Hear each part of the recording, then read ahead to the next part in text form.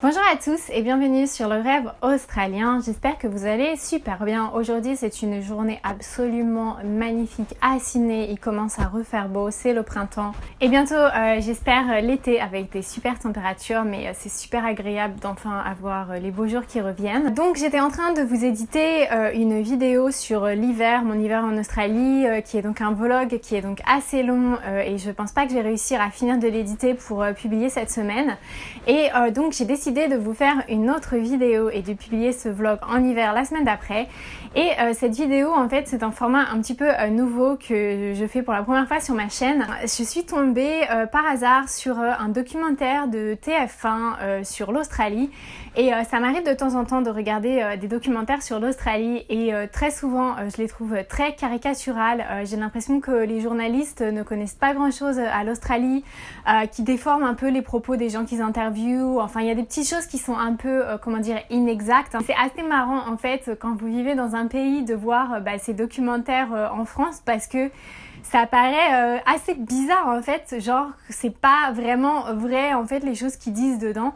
Et donc du coup je me suis dit que j'allais faire une vidéo de réaction à ce documentaire que je n'ai pas donc encore regardé. Il y aura beaucoup de choses qui seront juste mon opinion ou les choses que j'ai apprises et que je sais parce que je vis depuis 7 ans en Australie. Donc voilà, c'est parti, mon ordinateur est là.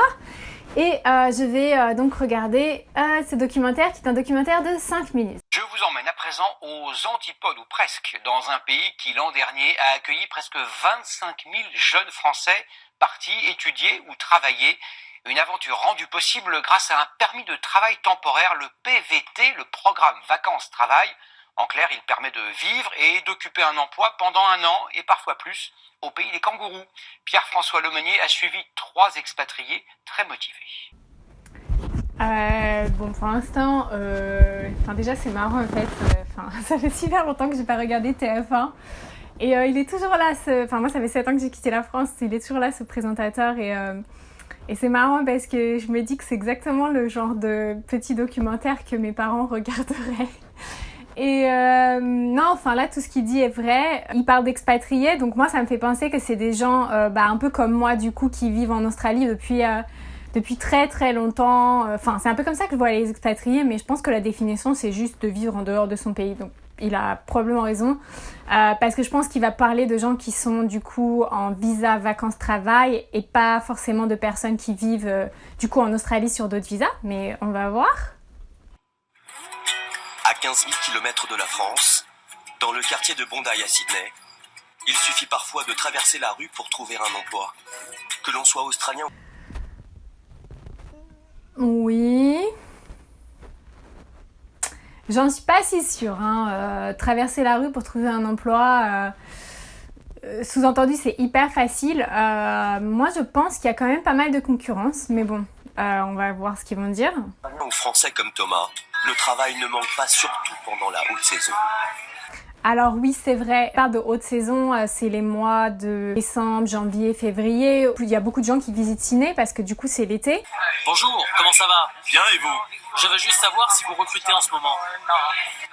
Arrivé un mois auparavant à Sydney pour améliorer son anglais et voyager, Thomas a décroché un poste de serveur en moins de 48 heures.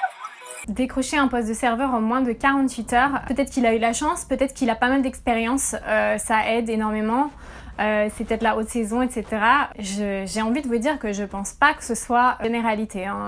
Je pense que ça peut prendre quand même un petit peu plus de temps de trouver du travail, surtout si on n'a pas d'expérience. Plus près de chez lui, et partout où il passe. Ah ça c'est intéressant, ils disent plus près de chez lui. Effectivement à Sydney, si vous voyagez pas mal pour trouver un job, vous pouvez trouver dans certaines zones beaucoup plus facilement. Après il y a des zones qui sont hyper compétitives, donc effectivement Bondi je pense que c'est beaucoup plus compétitif. Si vous voulez trouver plus facilement du travail, parfois il faut être flexible et faire une assez grande distance pour aller travailler.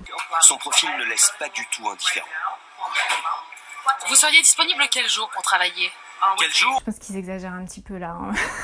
Alors la fille, forcément, il y a la caméra et tout. Je pense que on va voir, mais bon, son profil ne laisse pas indifférent. Enfin, quel profil? Je sais pas.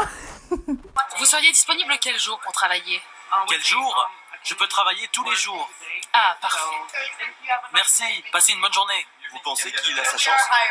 On recrute en ce moment, alors oui. Comme Thomas, Plus de 20 000 Français âgés de 18 à 30 ans rejoignent l'Australie chaque année avec un PVT en poche, un visa programme vacances-travail. C'est avec ce permis que Manon a découvert l'Australie il y a 4 ans. Aujourd'hui, elle y vit et elle a un travail. Oui, écoute, je vais appeler tout de suite, comme ça on est fixé. Manon est conseillère dans une agence qui oriente les étudiants étrangers dans les universités du pays. Ok, let's go. L'année dernière, À toutes. 10 000 Français sont venus étudier ici. Bienvenue à tous, merci d'être venus, aussi nombreux. Pour eux, elle gère en amont les formalités administratives et leur trouve un logement. De toute façon, ça va. Manon connaît bien les pièges à éviter et les avantages de ce pays. Clairement, je trouve. Donc du coup, cette deuxième personne, ça fait 4 ans qu'elle est en Australie, donc elle n'est plus en Working Holiday Visa parce que c'est un visa de 2 ans. En tout cas, ça l'était à l'époque parce qu'il parle de la limite de 30 ans. Maintenant, c'est 35 ans et je crois que c'est 3 ans qu'on peut le renouveler. Peut-être qu'elle a eu un visa avant, peut-être touriste ou étudiant et ensuite elle est passée sur un visa Working Holiday, elle est toujours sur ce visa ou alors elle s'est fait sponsoriser ou alors un autre type de visa, je ne suis pas sûre. Son avantage aussi, c'est qu'elle travaille dans un truc, du coup, l'aspect international est important et la pratique de la langue française l'est aussi. Donc elle a énormément de chances de trouver ça parce que du coup ils peuvent facilement sponsoriser quelqu'un comme ça, enfin si elle s'est fait sponsoriser. Je parlerai du sponsoring dans une autre vidéo, donc voilà, ça il n'en parle pas trop mais je pense que c'est important à dire. Il parle un petit peu des étudiants français qui viennent en Australie. Alors effectivement vous pouvez venir étudier en Australie. Je connais bien ce domaine parce que ça fait plus de 6 ans que je travaille pour des universités en Australie. Du coup les universités sont payantes en Australie et le tarif international est plus élevé que le tarif pour les Australiens, entre 10 000 et 20 000 dollars par an. Sachant que si vous faites une licence, c'est donc ça x3. Bon je vais pas m'étendre trop là-dessus, je pense que je ferai une vidéo par rapport aux étudiants. Clairement, je trouve qu'ici on nous donne largement plus notre opportunité. Et puis après, t'as les cartes en main et tu montres qui tu es vraiment et de quoi t'es capable. Et voilà. Au moins, on te laisse la chance. En France, on m'a refusé, on m'a pas laissé ma chance, alors que j'ai pas plus d'expérience qu'avant. Alors c'est intéressant ce qu'elle dit. Je pense que c'est vrai et pas vrai à la fois, ça dépend comment on pense les choses. Alors il faut savoir que l'Australie est un pays qui a une meilleure croissance que la France et qui a donc un taux de chômage beaucoup moins élevé qu'en France. Du coup, effectivement, oui, il y a plus de travail et surtout, il y a beaucoup de jobs que les Australiens ne veulent pas faire. Et du coup, effectivement, ça peut être plus facile de trouver du travail ici qu'en France. Une autre chose à noter, c'est qu'il y a plein de petits jobs temporaires ou des jobs qu'on donnerait peut-être à des stagiaires en France, qu'on va ici employer des gens. Et aussi des emplois beaucoup plus juniors. Il y en a beaucoup plus, je pense, qu'en France. Là, elle avait un avantage que les Australiens n'avaient pas ici et qui ne représentait aucun avantage en France, le fait qu'elle est française et qu'elle travaille dans un truc international où la langue française, elle en a besoin du coup. Donc effectivement, c'est vrai. Après, un autre truc auquel il faut penser, c'est que vous n'allez pas plus avoir votre chance que les Australiens et la plupart du temps, à moins que vous trouviez un truc qui est vraiment en rapport avec la langue française ou la France où on a vraiment besoin du fait que vous êtes français, vous allez à la limite avoir moins de chances que les Australiens en fait ici parce que vous êtes français, donc c'est plus dur de vous employer par rapport au visa, etc. Si votre anglais n'est pas super bon, du coup ça peut être un problème. Il faut aussi qu'ils comprennent vos diplômes et votre expérience qui est en France, du coup qui est un petit peu différente de ce qu'on fait en Australie. Enfin, je pense que ça peut être plus assez souvent un inconvénient et vous avez moins vos chances que les Australiens. Voilà, enfin, je voulais un petit peu juste vous expliquer ça par rapport à ce qu'elle dit parce que effectivement c'est un petit peu vrai mais en même temps faut pas croire que vous allez arriver ici et qu'on va vous donner toute votre chance, voilà, que c'est bon quoi. Enfin, je pense que c'est un petit peu raccourci. Peut-être qu'elle a expliqué énormément de choses et qu'ils ont pris juste une petite phrase sortie de son contexte et du coup ça n'explique pas en fait complètement la situation et la réalité de l'Australie. Pour vivre cette expérience-là, il faut aussi avoir beaucoup de volonté. Conseillère d'éducation la semaine, serveuse le week-end, Manon vit en colocation dans ce 80 mètres carrés. Conseillère d'éducation et elle est serveuse le week-end. En fait, je trouve ça assez intéressant ce qu'ils viennent de dire parce que du coup, je me disais peut-être qu'elle s'est fait sponsoriser, sauf que quand vous vous faites sponsoriser, vous n'avez pas le droit de travailler pour un autre employeur. Vous pouvez uniquement travailler pour votre employeur qui vous a sponsorisé. Donc moi, ce que je comprends, c'est qu'elle ne s'est pas fait sponsoriser puisqu'elle travaille le week-end, donc pour un autre employeur, à moins qu'elle travaille au noir, mais bon, enfin, je ne sais pas. Du coup, c'est assez étrange. Je ne comprends pas trop sur quel visa elle est. Alors après, je ne connais pas sa situation, mais si elle travaille quasiment plus de 5 jours par semaine, c'est quoi son revenu en fait? Parce que du coup, c'est qu'elle ne doit pas avoir assez d'argent pour subvenir à ses besoins. Je comprends pas très bien. Avec 4 autres personnes, dont Elsa. Cela lui coûte 750 € par mois. C'est le prix. Je sais pas si elle partage sa chambre ou si elle a sa propre chambre. Oui, effectivement, c'est à peu près le prix que vous allez payer dans une coloc du coup. Minimum pour vivre dans le centre de Sydney. Alors, je suis pas sûre où elle habite. En fait, ils sont en train de montrer un pont qui est donc Anzac Bridge, qui est donc pas très loin du CBD. Donc, à mon avis, elle habite peut-être dans cette zone-là. Voilà, dans un appartement moderne. Donc, peut-être que vous pouvez trouver un petit peu moins cher si vous vivez dans un truc un peu moins moderne, un petit peu plus éloigné. De Sydney. Non, on a une super vue, alors on profite. Pour Elsa, l'expérience australienne pourrait bientôt se terminer. Après plus de 3 années passées ici à étudier et travailler, elle a fait une demande de résidence permanente. Mais l'Australie ne cesse de durcir sa politique migratoire. Alors, ça fait 3 ans qu'elle vit ici, étudier et travailler. Donc, ils disent pas si elle a travaillé pendant qu'elle était sur son visa étudiant, ce qu'elle a étudié. Je comprends pas très bien sa situation, en fait, pour être honnête. Là, je connais pas exactement tous les visas, mais ça me paraît un petit peu bizarre de faire une demande de résidence permanente et de pas savoir si on va l'obtenir. Parce que, vous savez si vous allez l'obtenir. À moins que vous faites un skilled visa, donc un visa de compétences, dans lequel, en fait, c'est en fonction des points et tout, donc il faudrait qu'elle ait fait ça, mais en général c'est des gens qui ont quand même pas mal d'expérience, parce que du coup si vous n'avez pas d'expérience, vous n'avez pas beaucoup de points, et du coup c'est assez difficile d'obtenir ce visa. Mais si vous avez étudié et travaillé, je comprends pas vraiment dans quel cadre elle fait cette demande de résidence permanente, et en général la résidence permanente, vous savez si vous allez l'obtenir, vous remplissez les conditions ou vous ne les remplissez pas, à moins que vous faisiez ce visa de compétences, donc vous savez, ça prend juste du temps, mais vous savez si vous allez l'obtenir, donc ça me paraît un petit peu étrange.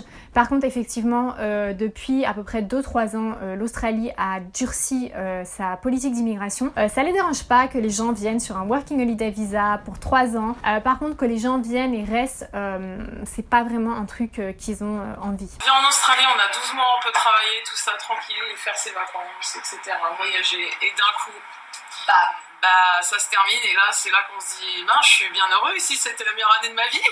En fait, et là on se dit comment je fais pour rester. Et là ça devient compliqué. Ouais, alors ouais. Alors, elle est définitivement venue ici en visa vacances-travail et je ne sais pas trop. Après, peut-être essayer d'étudier, essayer de faire tout un tas de choses. Je ne comprends toujours pas comment s'est fait la demande de résidence permanente et par rapport à quel visa. Mais en tout cas, ouais, il faut savoir que y a des conditions pour demander la résidence permanente. On peut pas juste dire ça fait 3 ans que je suis là, donnez-moi la résidence permanente. Votre résidence permanente, elle est attachée à un visa. Donc en fait, vous postulez un visa et c'est un visa permanent qui vous donne donc la résidence permanente.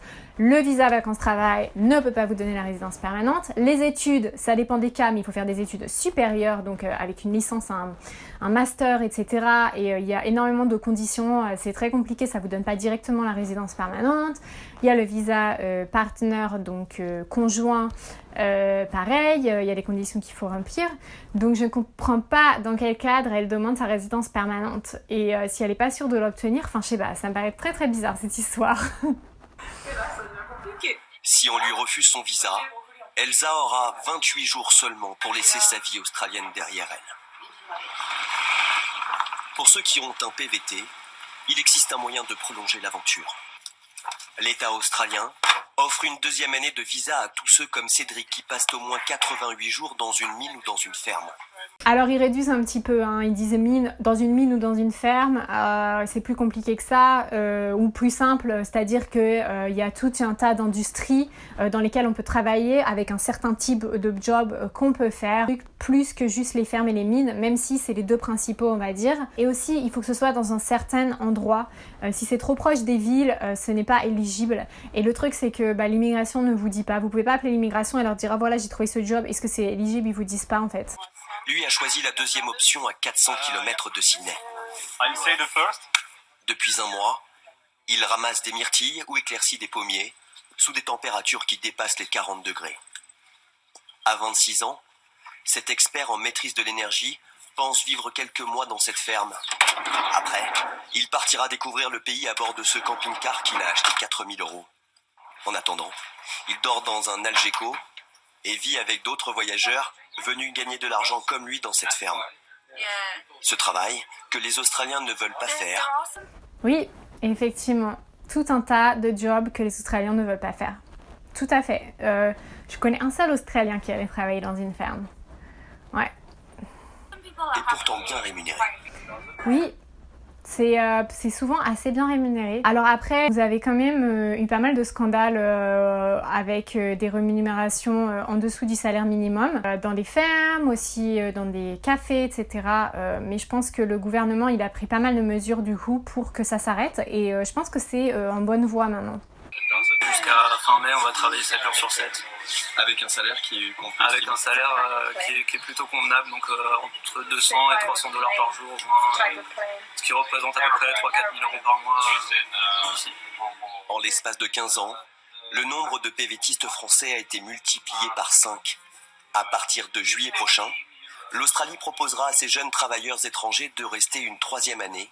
Il faut dire que cette main-d'œuvre rapporte chaque année 3 milliards € à l'économie du pays. Bah voilà, c'était cette vidéo. Il y avait un petit peu de, de caricatures, de raccourcis qui sont faits, de choses qui sont un petit peu inexactes, sans donner trop de détails, qui laissent à penser que ce soit super facile de venir et de rester en Australie, que vous allez trouver du travail tout de suite, que vous allez gagner plein d'argent.